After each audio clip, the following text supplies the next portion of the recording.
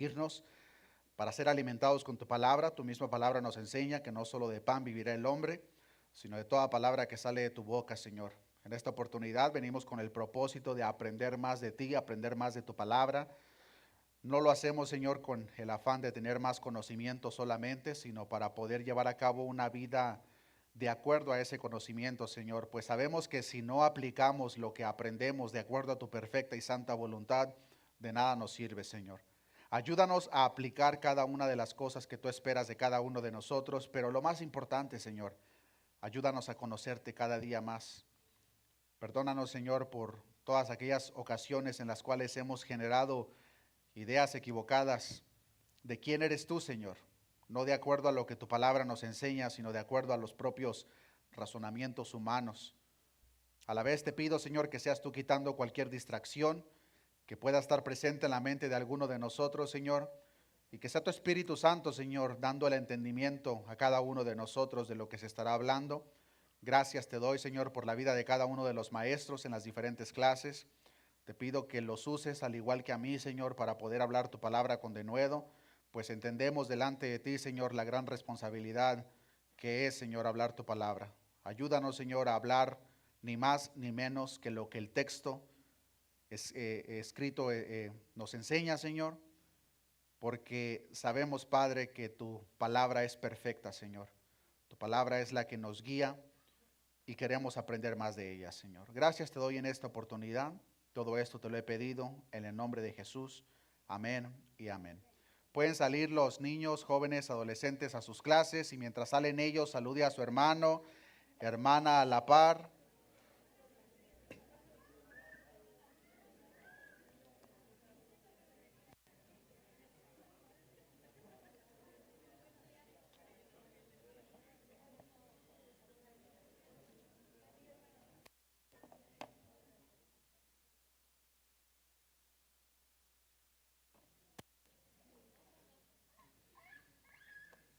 Gloria a Dios. ¿Cómo están, hermanos? En esta oportunidad, hermanos, continuamos con nuestro estudio del Evangelio de Mateo. Los que ya tienen algún tiempo con nosotros recordarán, hermanos, que en el capítulo 8 de Mateo hemos visto principalmente, hermanos, diferentes milagros que el evangelista Mateo relata, que nos ayudan a entender la divinidad de nuestro Señor Jesucristo. Recordarán, hermanos, que una gran porción de los milagros que encontramos en Mateo capítulo 8 tenían que ver específicamente con sanidades. Vimos el ejemplo de la sanidad del leproso, la sanidad del siervo del centurión, vimos la sanidad de la suegra de Pedro. Cuando llegamos al capítulo 9 nos encontramos con la sanidad de un paralítico. Después, en ese intermedio, podemos ver que nuestro Señor Jesucristo trata ciertos asuntos con los fariseos, pero de la misma forma también con los discípulos de Juan. Y después de eso llegamos a otra sección de milagros, pero en esta sección de milagros, hermanos, nos encontramos con un milagro más extraordinario todavía de los que hemos visto en el capítulo 8 y al principio del capítulo 9. Nos encontramos con una resurrección de una persona que ya había muerto. Vamos a leer, hermanos, del versículo 18 en adelante. Hay muchos detalles que nosotros pudiésemos extraer de los versículos que vamos a leer en esta oportunidad, pero me voy a enfocar, hermanos, que aprendamos a notar en esta oportunidad, hermanos, características del carácter de nuestro Señor Jesucristo ante las necesidades de la gente.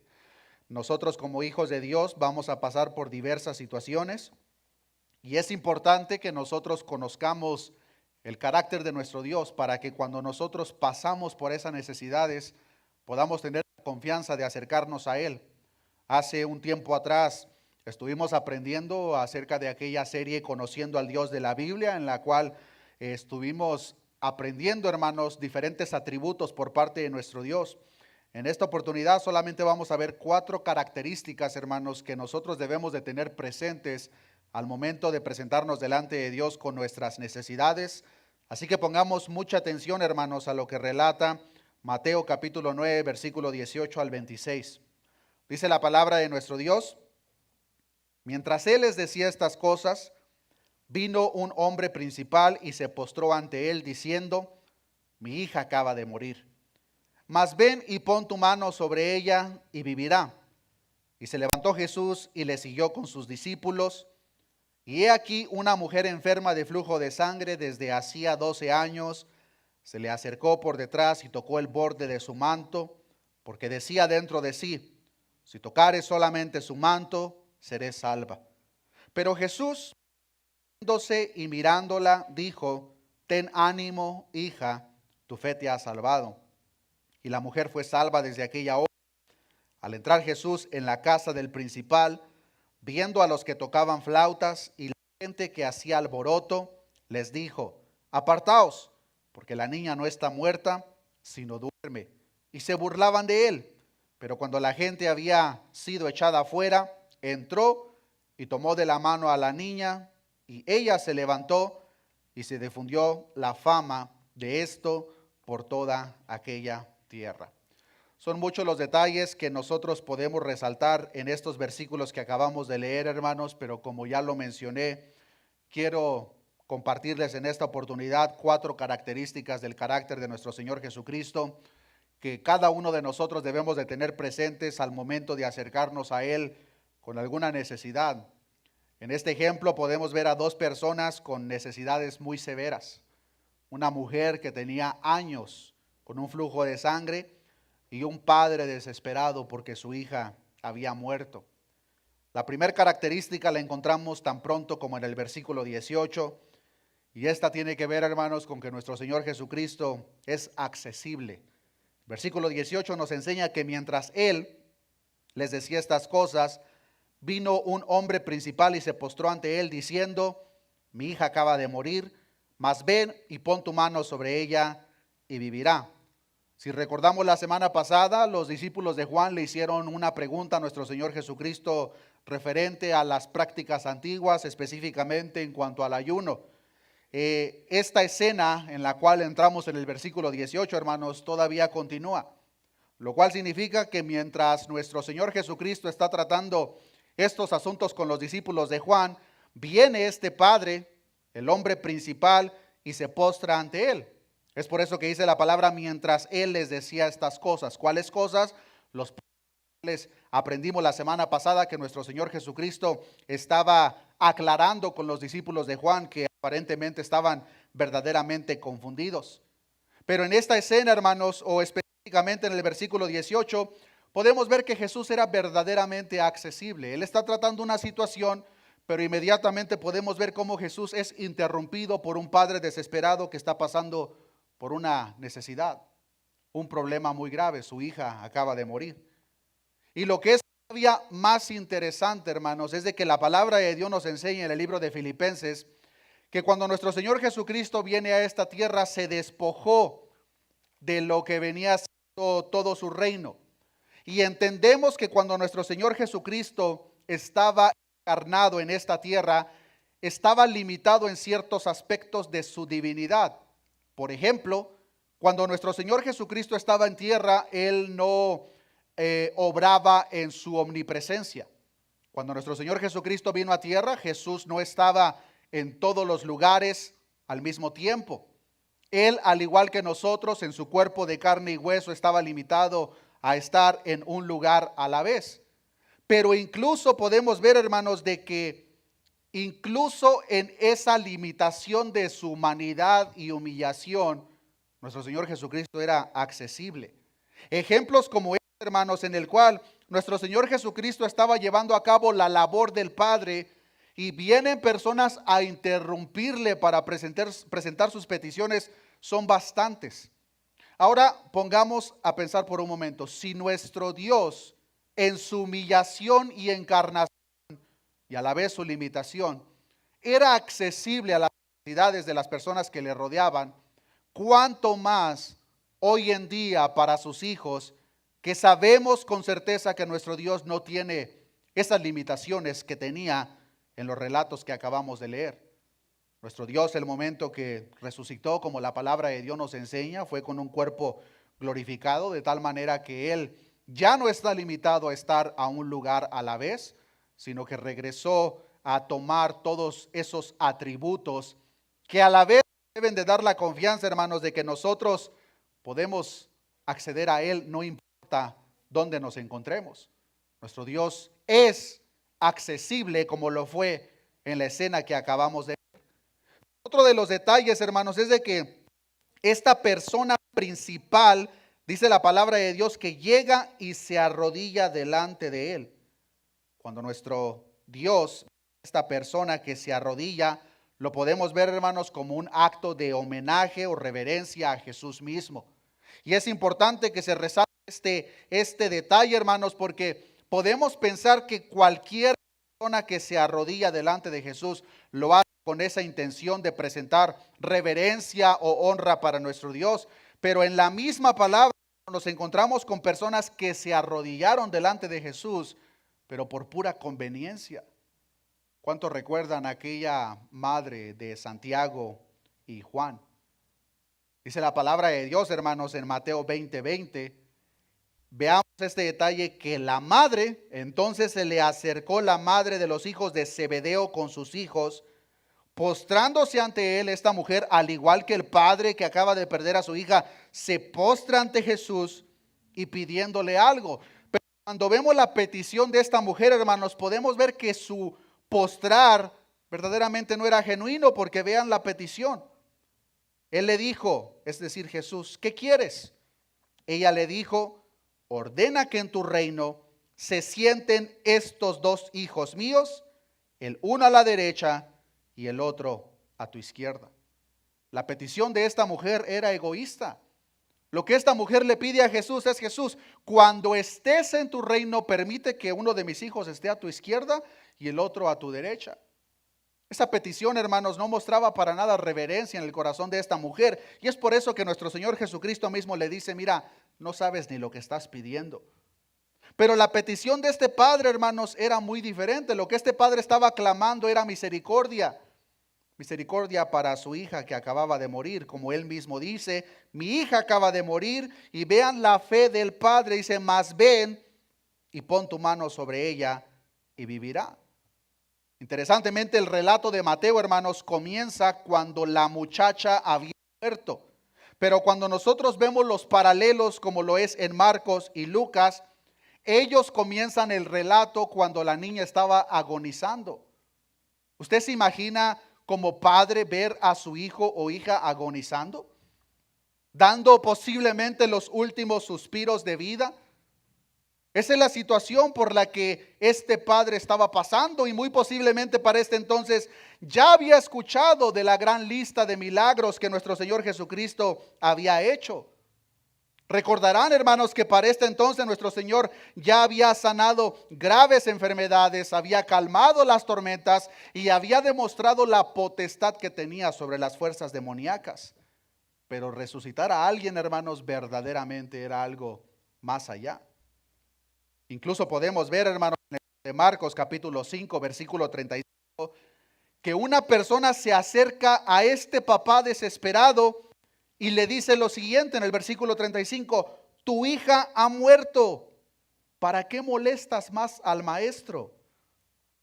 Este comentario nos muestra, hermanos, que según el pensamiento de estas personas, Jesús tenía el poder para sanar, Jesús tenía el poder para calmar las tempestades, pero no era lo suficientemente poderoso para levantar a alguien de la muerte. Y le dicen a este padre, hey, ya no molestes al maestro, tu hija ya está muerta.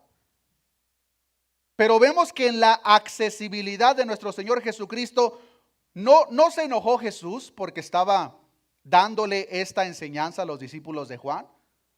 Yo me puedo imaginar, posiblemente Jesús estaba tratando ciertos aspectos en cuanto a la ley, trayendo un poco de claridad. Y en ese momento que nuestro Señor Jesús está enseñando a los discípulos de Juan, corre este padre desesperado, posiblemente al postrarse abraza los pies del maestro y le dice, maestro, mi hija ha muerto. Pero solamente ve y pon tu mano sobre ella y vivirá. Si el maestro no hubiese sido una persona accesible, posiblemente lo hubiese pateado. ¿Quién te crees? ¿Por qué estás interrumpiendo la enseñanza que estoy compartiendo? Pero la actitud de nuestro Señor Jesucristo en el versículo 19 de Mateo capítulo 9 dice, y se levantó Jesús Era una costumbre, hermanos, que cuando los rabinos en aquel entonces enseñaban, comúnmente estaban sentados. Viene esta persona, se arrodilla ahí delante de él y dice, Jesús se levanta y le siguió con sus discípulos.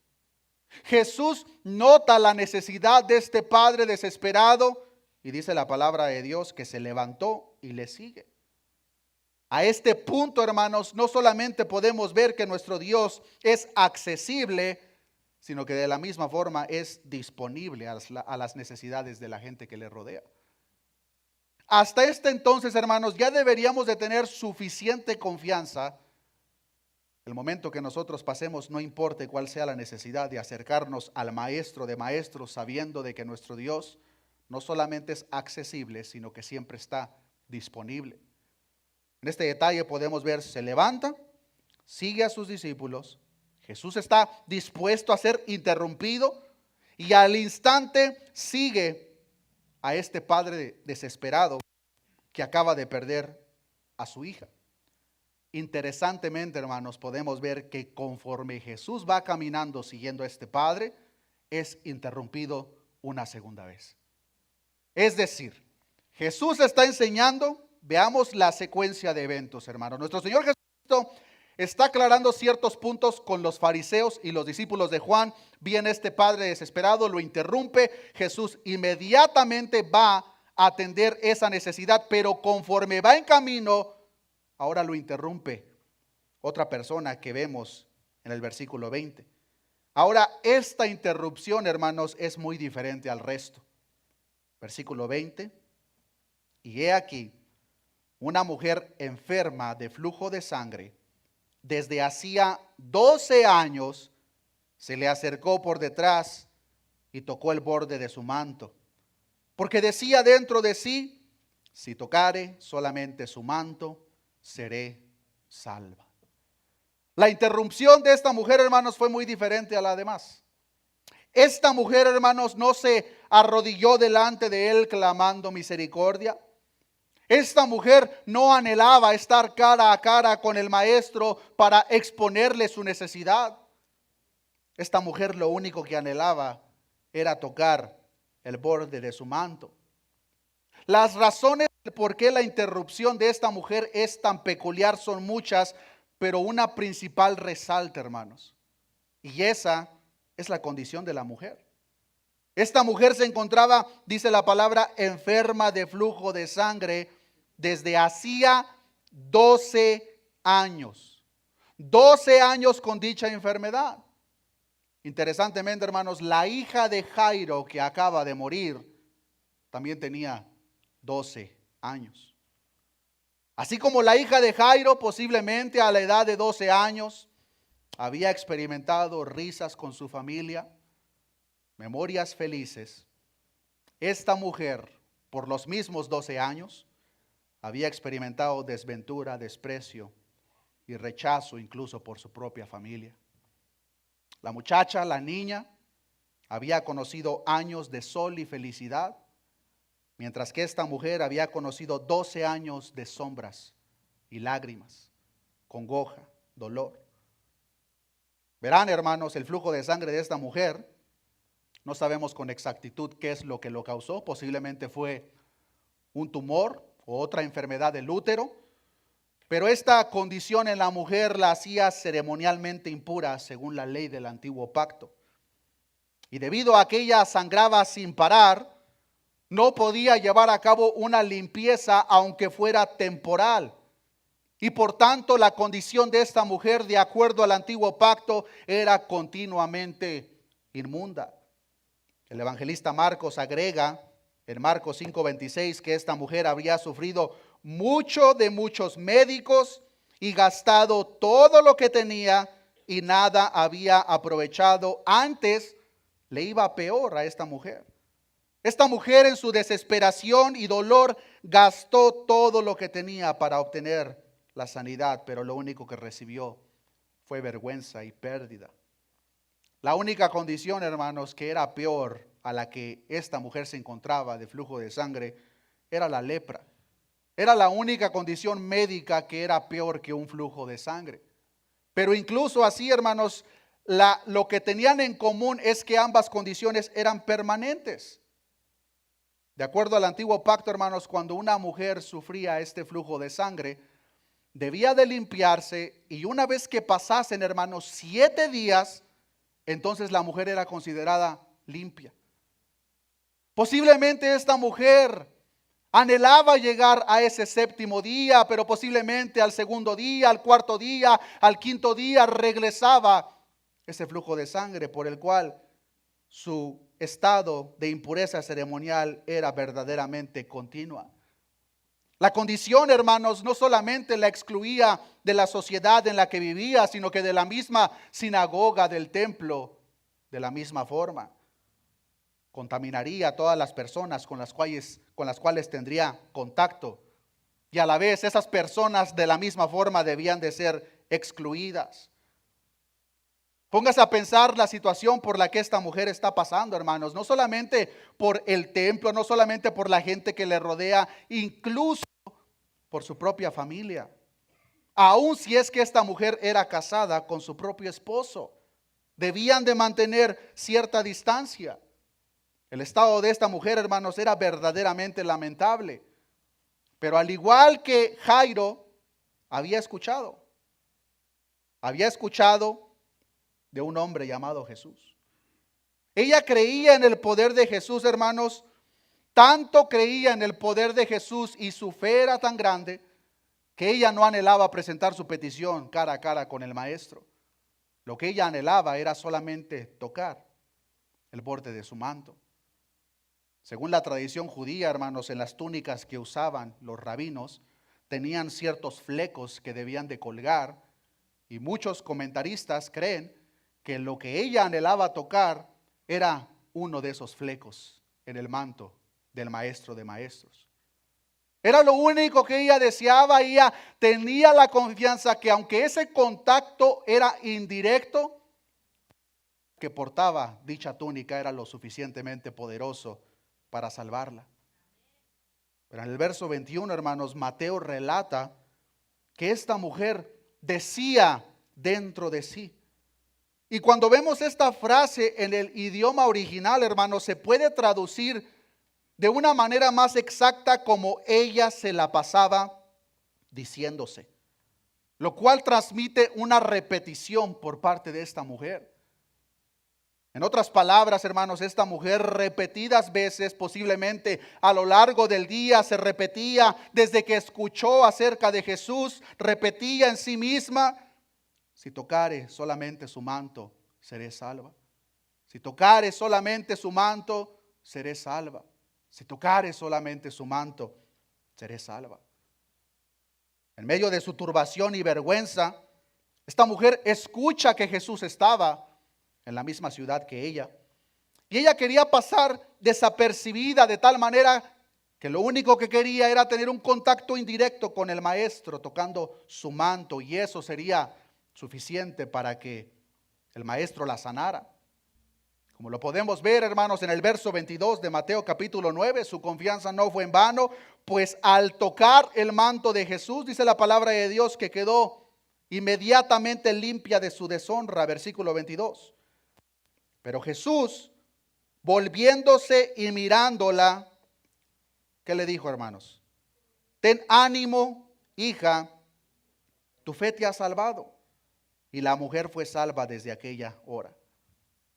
Mientras nuestro Señor Jesucristo y sus discípulos se dirigen a la casa de Jairo, entre la multitud, esta mujer, hermanos, por tanta gente que estaba presente, posiblemente se aventó para poder alcanzar, tocar uno de esos flecos del manto de nuestro Señor Jesucristo. Nuestro Señor Jesucristo, caminando hacia la casa de Jairo, posiblemente dio unos 2 pasos, cuando inmediatamente se dio cuenta que algo había sucedido. Un detalle que Mateo no relata, pero Marcos sí, es de que cuando eso pasa, nuestro Señor Jesucristo pregunta: ¿quién me tocó? Marcos capítulo 5, versículo 30, luego Jesús, conociendo en sí mismo el poder que había salido de él, volviéndose a la multitud, dijo: ¿quién ha tocado mis vestidos? Sus discípulos le dijeron: ¿ves que la multitud te aprieta y dices: ¿quién me ha tocado? Pero él miraba alrededor para ver quién había hecho esto.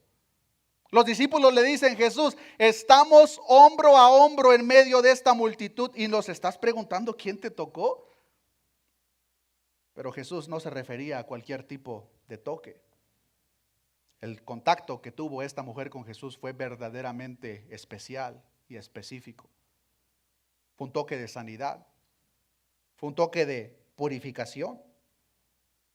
De tal manera que el momento que esta mujer alcanzó a tocar el manto, nuestro Señor Jesucristo dice que él sintió como el poder de él había salido, de tal manera que esa mujer recibió la sanidad inmediata. He visto o escuchado personas, hermanos, que toman esta escena para decir que han tenido experiencias similares. Y hermano, hermana, si tú escuchas tal cosa, déjame decirte que tienes un lobo rapaz delante de tus propios ojos. No hay persona sobre la faz de la tierra que tenga poder, hermanos. El poder es de Dios. El poder es de Dios. Y como el poder es de Dios, ningún hombre va a sentir tal cosa. Porque los siervos de Dios no somos más que instrumentos, el barro en las manos del alfarero. Pero sí he escuchado mucho descarado que dicen: oh, sí sentí como el poder salió de mí. Tú no tienes poder. El poder es de Dios. Y por lo tal, este tipo de escenas, hermanos, solamente las podemos ver en nuestro Señor Jesucristo. Pero Jesús, el momento que le tocan, ¿quién me tocó? Porque yo sentí que salió poder de mí. Este toque, como ya lo mencioné, no fue un toque cualquiera, fue un toque de sanidad, un toque de purificación.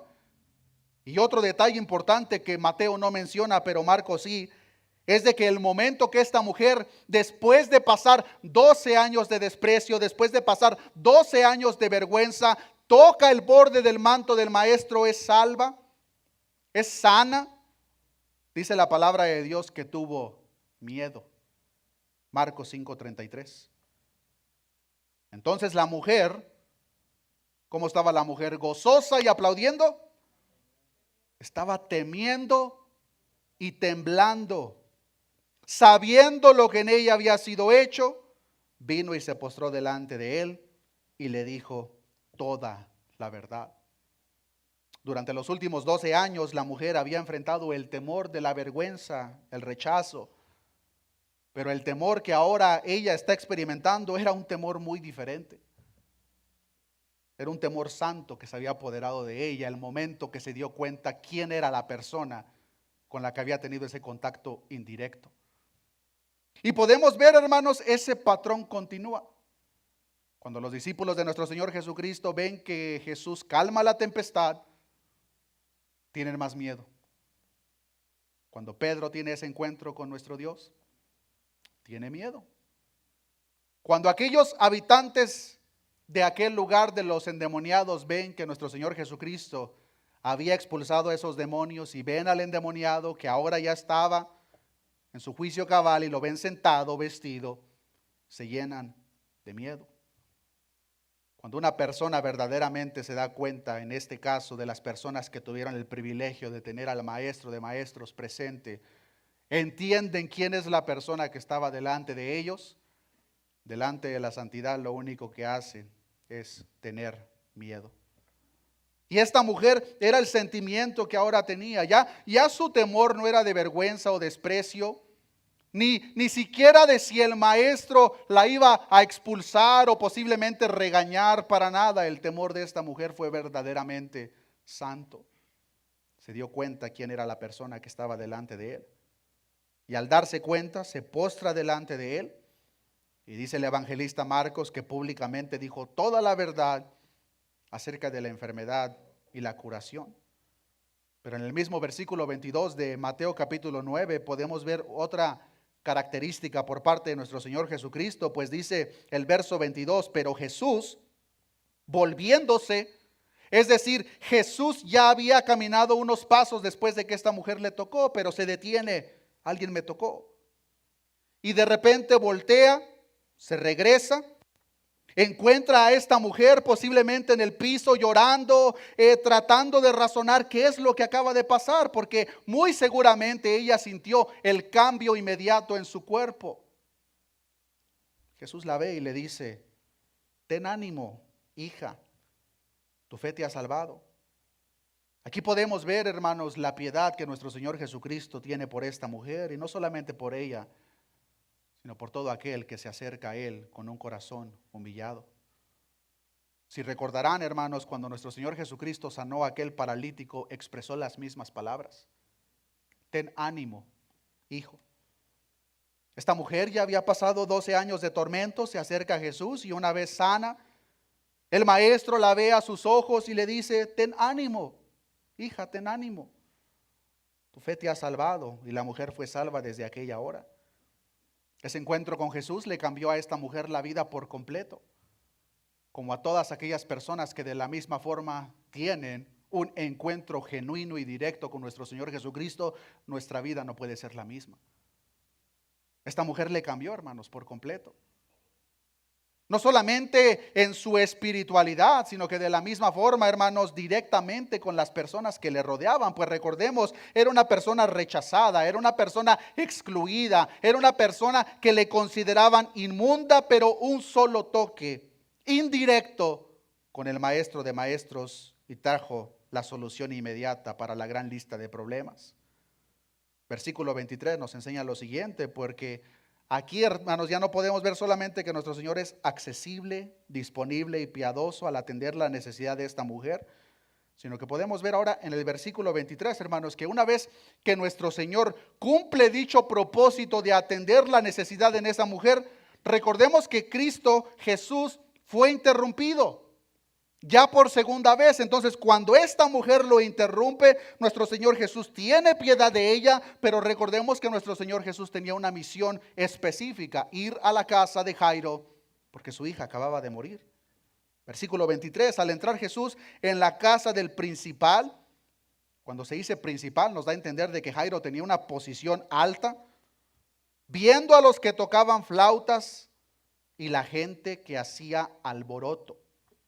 No se nos dice, hermanos, cuánto tiempo había pasado de que esta niña estaba muerta. Pero al ver los detalles del versículo 23, hermanos, podemos concluir que había pasado el suficiente tiempo para que la familia de Jairo hubiese preparado detalles del funeral. Y algo que es interesante en cuanto a los funerales judíos, hermanos, es de que en los funerales judíos se participaban 3 maneras prescritas, hermanos, de expresar dolor y lamento. Los funerales de ellos son muy diferentes a los de nosotros. En el caso de los funerales de nosotros, comúnmente es un momento solemne de silencio, un dolor callado. En el caso de los judíos, hermanos, era muy diferente. Y las 3 maneras primordiales que el pueblo judío hasta el día de hoy en muchos casos continúan usando para expresar el dolor ante la pérdida de un ser querido son las siguientes. La primera, el desgarramiento o rompimiento de las vestiduras propias. Lo podemos ver en diferentes ocasiones en el antiguo pacto. Cuando una persona fallecía, la persona estaba en un dolor tan grande que lo que hacían es que rompían sus propias vestiduras. Pero la segunda y tercera forma son las que mencionan los evangelistas que estaban presentes en este lugar. Y la segunda era, hermanos, que para expresar dicho dolor contrataban a mujeres plañideras profesionales. Y la única función de estas mujeres contratadas era llorar de una manera muy eufórica, gritando el nombre de la persona que acababa de fallecer. Eran contratadas. Estas personas no eran familiares, sino que eran personas profesionales contratadas para hacer un alboroto, llorando y gritando el nombre de la persona que había muerto. Pero la tercera manera de expresar ese dolor, hermanos, es que contrataban músicos profesionales, pero no contrataban a personas que tocaban el violín o el piano, sino que contrataban en su mayoría, hermanos, a personas que tocaban flautas, lo cual hacía un ruido muy escandaloso. Y al igual que las plañideras profesionales, tocaban esos fuertes sonidos discordantes que pretendían reflejar el dolor presente ante la persona que había muerto. Era tan importante dicha, hermanos, que incluso los israelitas más pobres no permitían que si un familiar moría, fuese despedido sin estas ceremonias. De tal manera que ellos, aunque fuese posible, solamente 2 personas que tocaran las flautas y una persona, una plañidera, una mujer que iba a estar llorando ahí, por muy pobres que fueran. Ahora, si los más pobres, hermanos, tenían por lo menos una plañidera profesional y 2 personas que tocaban las flautas, Jairo, siendo uno de los principales, hermanos, nos da la idea de que era una persona adinerada. Lo cual nos enseña, hermanos, que posiblemente en esta escena en la cual nuestro Señor Jesucristo está entrando, no estamos viendo una plañidera y 2 personas que tocan las flautas. Posiblemente a lo mínimo unas 6, 7, 8 plañideras y unas 8 personas de la misma forma tocando las flautas. ¿Se puede imaginar el alboroto que está presente allí en este luto? Las mujeres gritando el nombre posiblemente de la niña que acababa de morir y las personas tocando las flautas, y de repente llega el maestro de maestros a esta escena. Y dice el versículo 24 que una vez que nuestro Señor Jesucristo llega a la escena, les dijo: apartaos, porque la niña no está muerta, sino duerme. ¿Y cuál fue la respuesta de las plañideras y las personas que tocaban las flautas? Se burlaban de él. Pero cuando la gente había sido echada afuera, entró. Llega Jesús y se encuentra a estas personas haciendo un alboroto y los manda a sacar. Pero antes les dice: esta niña no está muerta, sino que duerme. Estas personas se estaban burlando. Posiblemente ya habían pasado horas y estaban ahí delante del cuerpo que claramente podían ver que la niña había muerto. Ahora, estas personas, hermanos, estaban siguiendo las tradiciones establecidas y se puede decir que estaban haciendo lo que a ellos les correspondía. Lo cual nos da a entender, hermanos, que no solamente era adecuado, sino requerido por parte de su misma cultura. Ellos estaban haciendo, hermanos, lo que les requería la tradición. Pero llega Jesús y le dice: hey, cállense y sálganse, porque esta niña no ha muerto, sino que duerme. Cuando la palabra de Dios nos enseña que se burlaban, la palabra original, hermanos, nos indica carcajadas burlonas, lo cual nos muestra que estas plañideras verdaderamente eran profesionales, pues pasaron de un llanto amargo a carcajadas. Ahora, al Jesús decir que la niña dormía y que no estaba muerta, Jesús no pensaba verdaderamente que la niña dormía. Jesús sabía que esa niña había muerto. De la misma forma que nuestro Señor Jesús sabía que Lázaro había muerto cuando les dijo a sus amigos: nuestro amigo Lázaro duerme, mas voy para despertarle, aunque Lázaro ya tenía días de muerto. Al Jesús decirles que la niña dormía y que no había muerto, era un anticipo de lo que estaba a punto de suceder. Versículo 25 nos enseña que cuando la gente había sido echada afuera, Jesús los corre. Una vez que salen estas plañideras y los músicos, entra Jesús a la casa, toma a la niña y ella se levanta inmediatamente. El evangelista Marcos nos da un poco más de detalle en esta escena. Marcos capítulo 5 versículo 41 nos enseña lo siguiente: y tomando la mano de la niña le dijo: Talita cumi, que traducido es: niña, a ti te digo, levántate. No fue una sugerencia por parte de Jesús. Jesús no le dijo: te sugiero, si quieres, levántate. Jesús le está hablando a un cuerpo que ya no tiene vida. Pero Jesús le ordena: a ti te digo, levántate. Y aunque este es un caso literal en un cuerpo físico, eso es literalmente, hermanos, lo que sucede en el ámbito espiritual con todas las personas muertas. Muchas veces pensamos, hermanos, que la salvación le corresponde el 99% a Dios y 1% a nosotros. Y que a no ser que nosotros cumplamos con ese 1%, no se lleva a cabo. Pero si ese fuese el caso, hermanos, nadie fuese salvo. Lo que estamos viendo aquí, hermanos, es literalmente lo que pasa con todas las personas salvas. Jesús no llega a sugerir. Jesús viene y resucita a las personas muertas en sus delitos y pecados, como lo hizo con cada uno de nosotros. Pero con esta niña dice que llegó y le dijo: Talita cumi, que traducido es niña, a ti te digo, levántate. Luego la niña se levantó y andaba, y vean este detalle, pues tenía 12 años. 12 años, los mismos 12 años que aquella mujer había sufrido el flujo de sangre. Y se espantaron grandemente las personas que estuvieron presentes. Habían visto a esta niña ya muerta por algunas horas probablemente, pero llega el maestro de maestros y le dice: a ti te digo, levántate. Inmediatamente se levantó la niña y la gente que estaba presente se espantó. Pero hay un detalle, hermanos, que me gustaría resaltar de la misma forma que nos enseña, hermanos, la compasión que nuestro Señor Jesucristo tuvo por esta niña, pero de la misma forma por toda la humanidad. Pues verán, hermanos, la palabra que usa nuestro Señor Jesucristo. Para empezar, Marcos es el único evangelista que nos enseña las palabras directas en el arameo que nuestro Señor Jesucristo mencionó. Lucas y Mateo no lo mencionan, pero Marcos sí nos enseña que usó la palabra talita cumi. Y la palabra talita, hermanos, significa juventud o cordero. En esencia, hermanos, cuando nuestro Señor Jesucristo se acerca a esta niña, lo que le está diciendo es corderita, que es una expresión de cariño y bondad.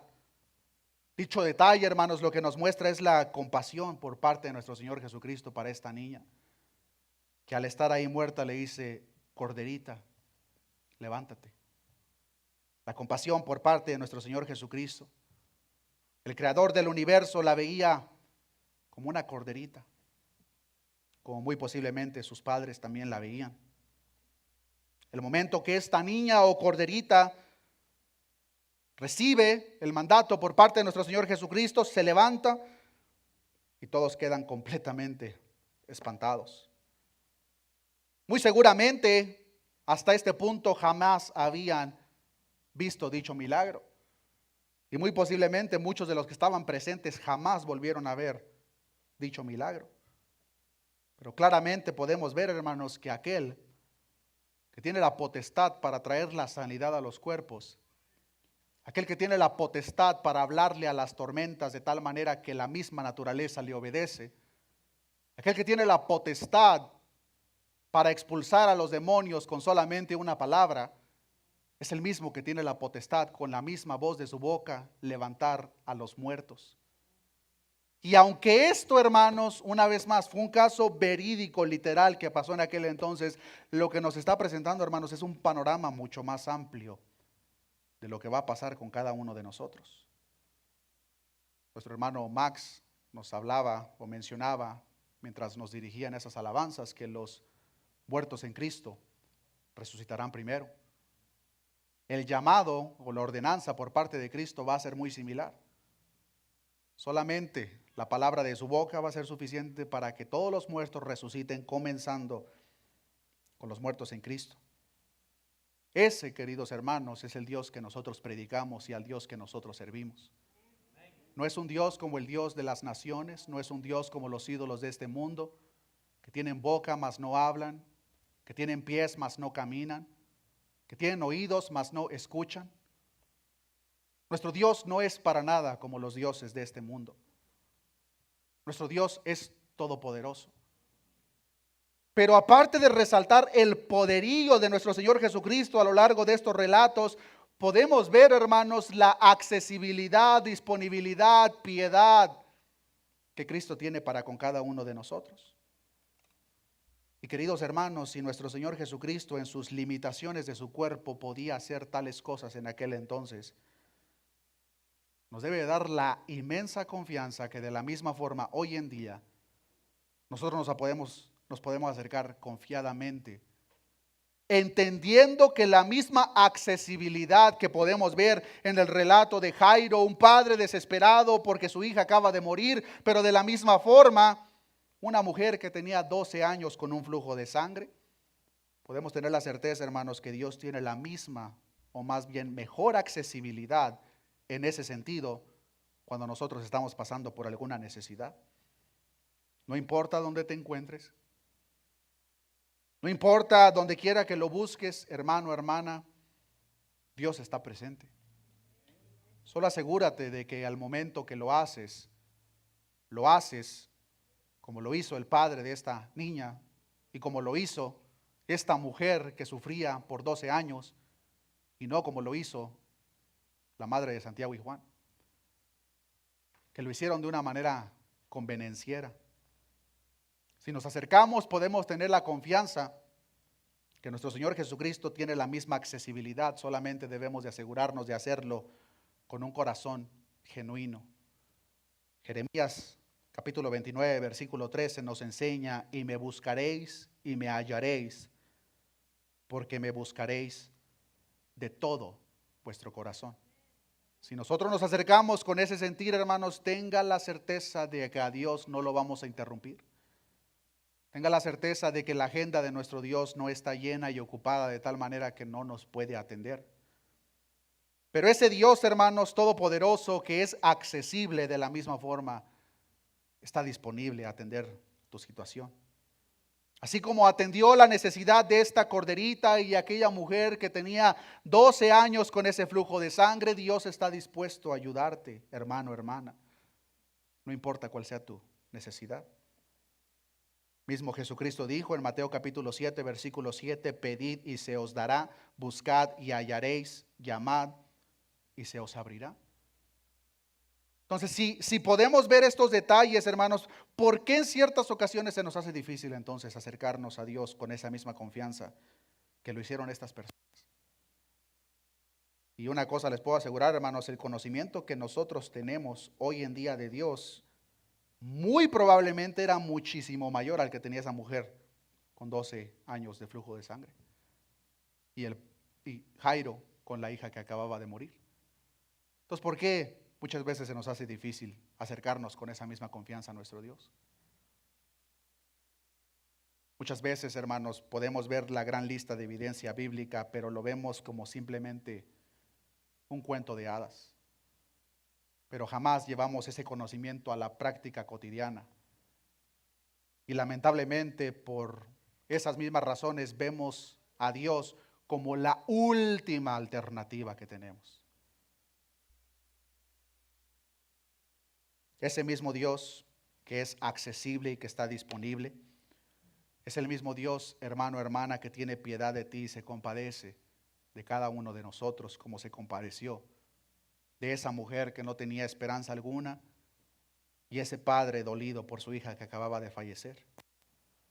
El Salmos capítulo 103, versículo 13 nos enseña: como el padre se compadece de los hijos, se compadece Jehová de los que le temen, porque Él conoce nuestra condición. Se acuerda de que somos polvo. Nuestro Dios, hermanos, conoce tu condición. No solamente conoce tu condición, hermano, hermana, sino que Dios se compadece de ti.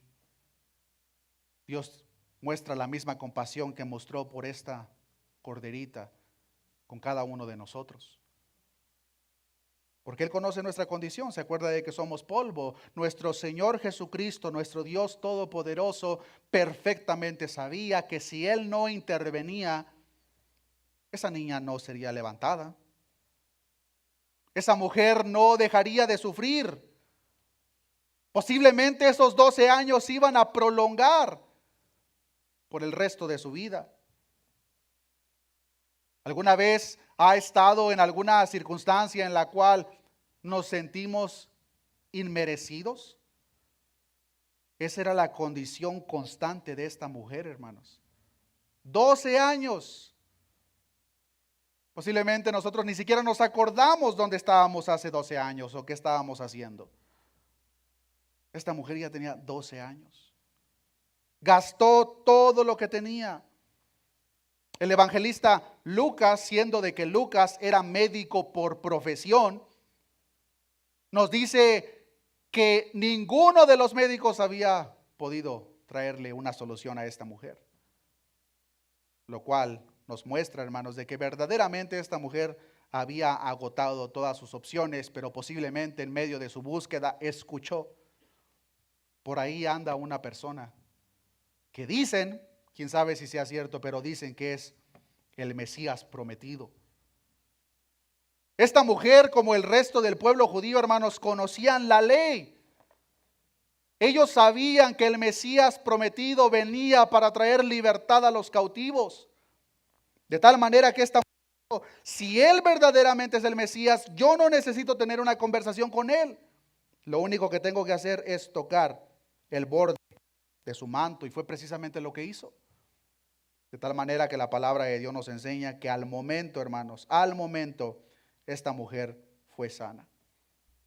Ahora, para cada uno de nosotros, hermanos, no solamente en este momento, pues posiblemente en este momento tú puedas decir, y si ese es el caso, gloria a Dios, yo no estoy pasando ninguna necesidad. Gloria a Dios por ello, hermano.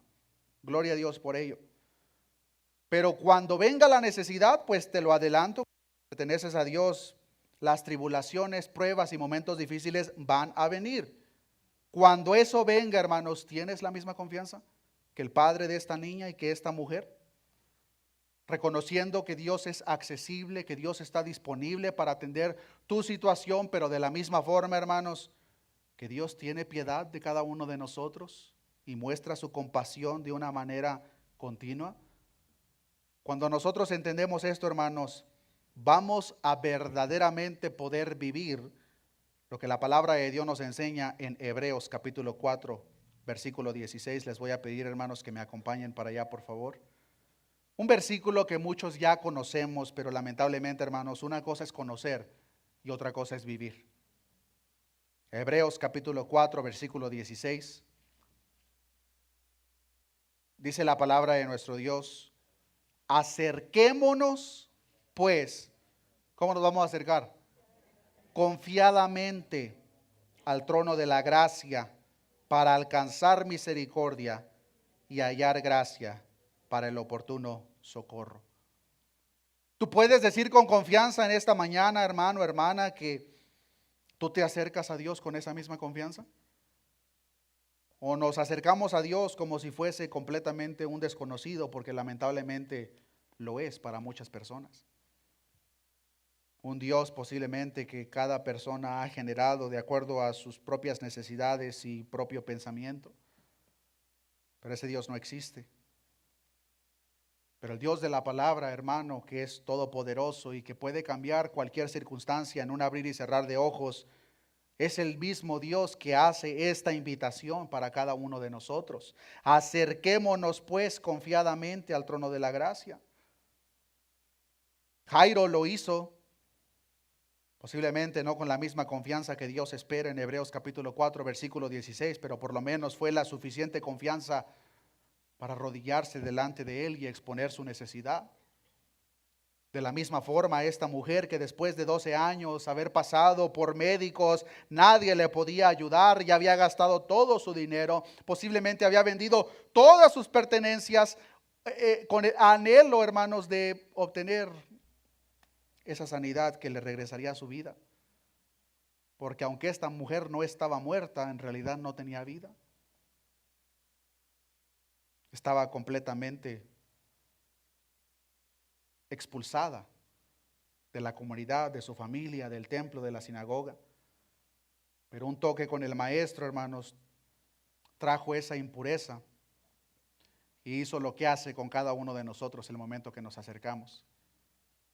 A través del profeta Isaías le dijo a su pueblo que si sus pecados fueren rojos como el carmesí, como la blanca lana, serían emblanquecidos. El propósito mayor y el panorama mayor por parte de Dios es precisamente eso. Pues aunque esta mujer fue sana, llegó el día en que esa mujer murió.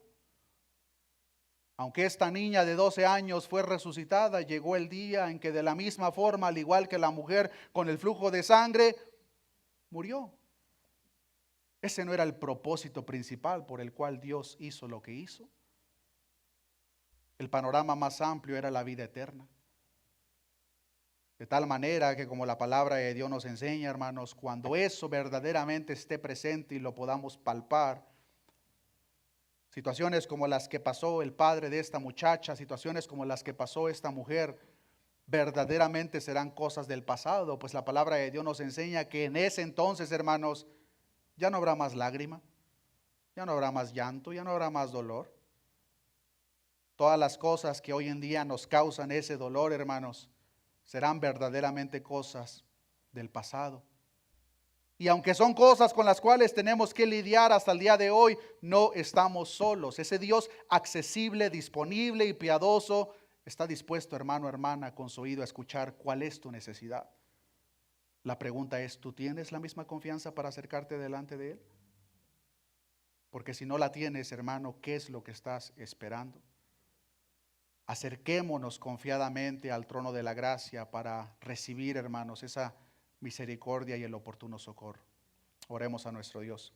Padre, gracias te damos en esta mañana, Señor, por tu palabra, que es viva y eficaz y más cortante que toda espada de dos filos, que penetra, Señor, hasta lo más interno de cada uno de nosotros. En esta oportunidad, Señor, hemos aprendido de aquella escena, Señor, gloriosa en la cual tú resucitaste a la hija de Jairo, pero de la misma forma trajiste, Señor, una sanidad inmediata con aquella mujer que después de 12 años no tenía respuesta, que después de 12 años había gastado todo lo que tenía, había sufrido pérdida, vergüenza, desprecio, pero lo único que necesitaba era un toque del Maestro.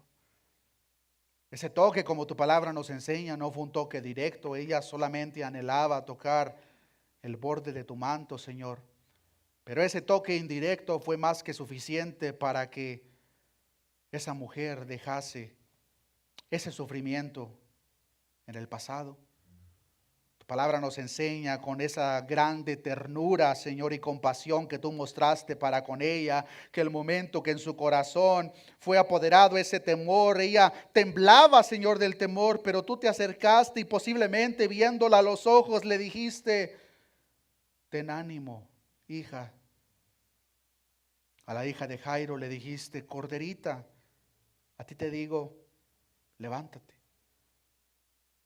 A nosotros, tus hijos, tú demuestras la misma compasión, Señor, que mostraste para esas dos personas. Tu palabra nos enseña que con amor eterno nos has amado. Tu palabra nos enseña, Señor, que tú eres un Dios que se complace en mostrar misericordia para cada uno de nosotros. Por lo cual te pedimos perdón, Señor, si muchas veces por la falta de conocimiento de quién eres tú, no nos acercamos a ti, Señor, con la misma confianza. Posiblemente porque incluso te vemos como la última opción y no como la primera. Nosotros entendemos, Señor, al leer tu palabra, que para ti no hay absolutamente nada imposible, Señor. Tú eres el Dios todopoderoso que reina sobre la muerte. Tu siervo Pablo decía en la carta a los Corintios, aquella escena, Señor, que se va a cumplir en su totalidad, que él decía, oh muerte, ¿dónde está tu aguijón? Oh muerte, ¿dónde está tu victoria? Pues el momento que tú resucitaste, Señor, de aquella tumba, nos hiciste partícipe a cada uno de nosotros, Señor, que hoy en día confiamos en ti. Y por eso yo te pido en esta oportunidad, Señor, que sea ese sentir bien grabado en el corazón de cada uno de nosotros, de tal manera, Señor, que genere como consecuencia esa confianza, Señor, para que podamos verdaderamente vivir, Señor, y no solamente tener como uno de muchos versículos, solamente como un conocimiento almacenado, Señor, sino que verdaderamente nos podamos acercar a tu trono de gracia para alcanzar tu misericordia y el oportuno socorro. Sé tú, Señor, obrando eso en el corazón de cada uno de nosotros, y de la misma forma te pido, Señor, que sea tu Espíritu Santo el que continúe, Señor, abriendo nuestro entendimiento, Señor, de tal manera que la manera en que nosotros caminamos por este mundo hasta que tú nos llames a tu presencia sea de acuerdo a tu perfecta y santa voluntad, Señor. Gracias te damos, Señor, por esa enorme compasión y misericordia que demuestras para cada uno de nosotros, Señor. Anhelamos ese día glorioso, Señor, en el cual podamos estar delante de tu presencia, Señor, y tener ese contacto directo, Señor. Gracias te doy, Señor. Todo esto te lo he pedido en el nombre de tu Hijo amado, nuestro Señor Jesucristo. Amén y amén. Que Dios les bendiga, mis hermanos.